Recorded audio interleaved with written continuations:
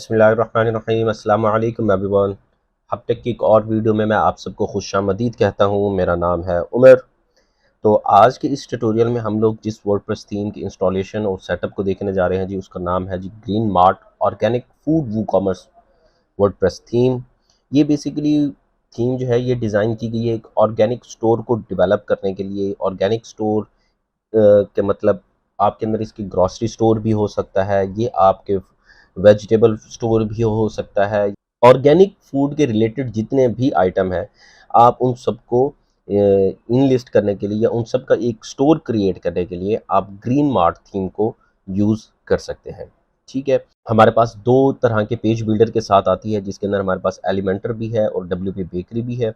अगर WP bakery के साथ आप लोग कंफर्टेबल हैं तो आप उसको यूज़ कर सकते हैं, और अगर आप एलिमेंटर के साथ कंफर्टेबल है तो आप एलिमेंटर को यूज़ कर सकते हैं। ठीक है, तो इस टाइम हम देख लेते हैं इस थीम के अंदर हमें फीचर्स क्या क्या मिल जाते हैं। सबसे पहले अगर हम इस थीम की बात करें तो इसकी जो रेगुलर प्राइस है वो $59 है।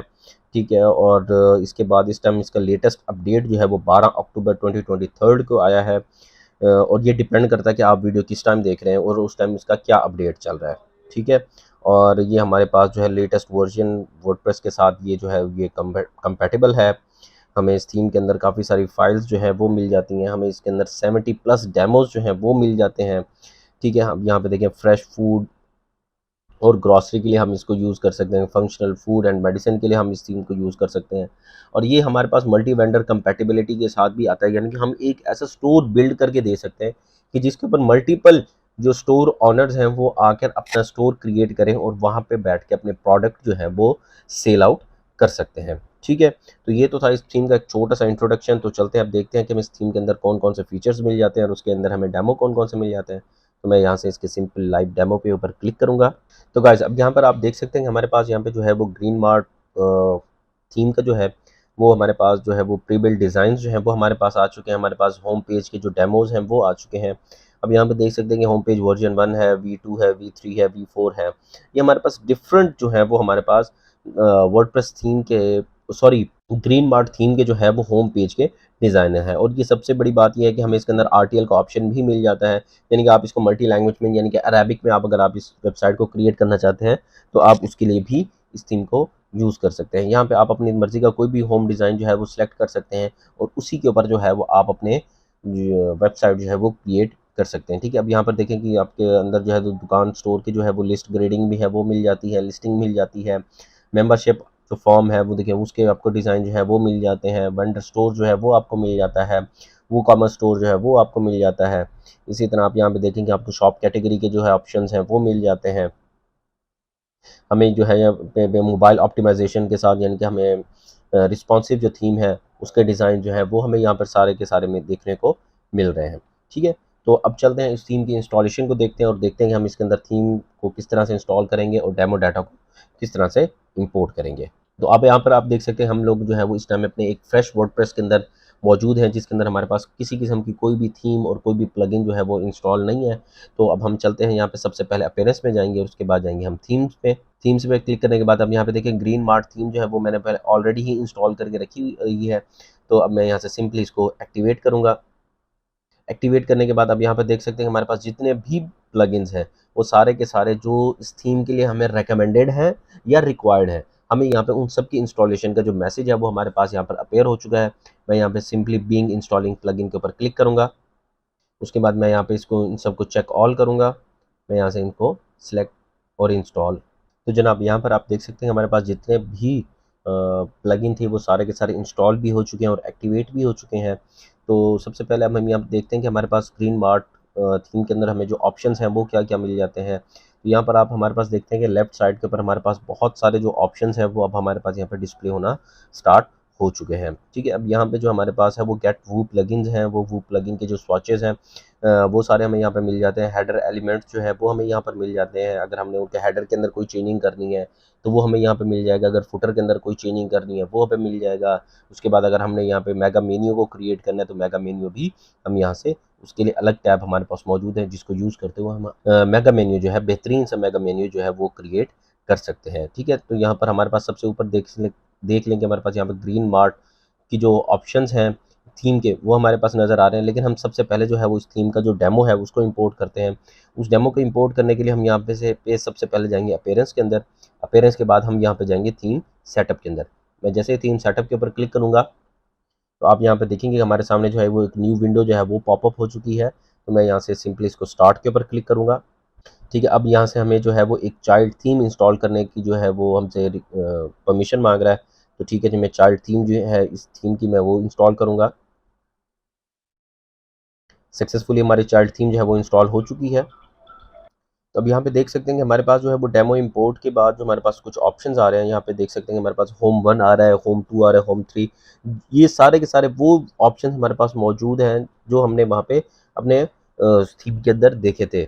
जो हमने अपना लाइव डेमो के ऊपर हमने यहाँ पर जितने भी ऑप्शंस देखे थे इस थीम के अंदर, वो सारे के सारे अब हमें यहाँ पर डिस्प्ले होना स्टार्ट हो चुके हैं। ठीक है, अब मैं यहाँ पे सिंपली जो है वो होम 1 के साथ जाऊँगा, या मैं यहाँ पे होम 3 के साथ जाऊँगा। अब आपकी मर्ज़ी, आप किसी भी होम जो आपको होम डिज़ाइन जो है वो पसंद आता है आप उसके साथ चलें। मैं यहाँ पे सिंपली इंपोर्ट के ऊपर क्लिक करूँगा। तो जनाब यहाँ पर देख सकते हैं कि हमारी जो थीम्स का जो जितना भी डेमो डाटा था वो सक्सेसफुली जो है वो इंपोर्ट हो चुका है। ठीक है, तो अब यहाँ पर हम जो है वो व्यू वेबसाइट को एक न्यू टैब में ओपन कर लेते हैं और देखते हैं कि हमारी वेबसाइट जो है वो डेमो डाटा इंपोर्ट होने के बाद कैसे नज़र आ रही है। तो मैं यहाँ से सिंपली रिटर्न टू डैशबोर्ड जाऊँगा। तो यहाँ पर देखेंगे कि हमारे पास जो है वो काफ़ी एक्टिविटी जो है हमारे वो बैकएंड पे जो है वो शो होना स्टार्ट हो चुकी है। इसका मतलब ये है कि हमारा जो डेमो है वो सक्सेसफुली इंपोर्ट हो चुका है। तो यहाँ पर आप यहाँ पे देख सकते हैं कि अब हमारे जो डेमो साइट है, फ्रंट व्यू है वो नज़र आ रहा है। अब यहाँ पर हमारा जो स्लाइडर है वो लोड हो रहा है।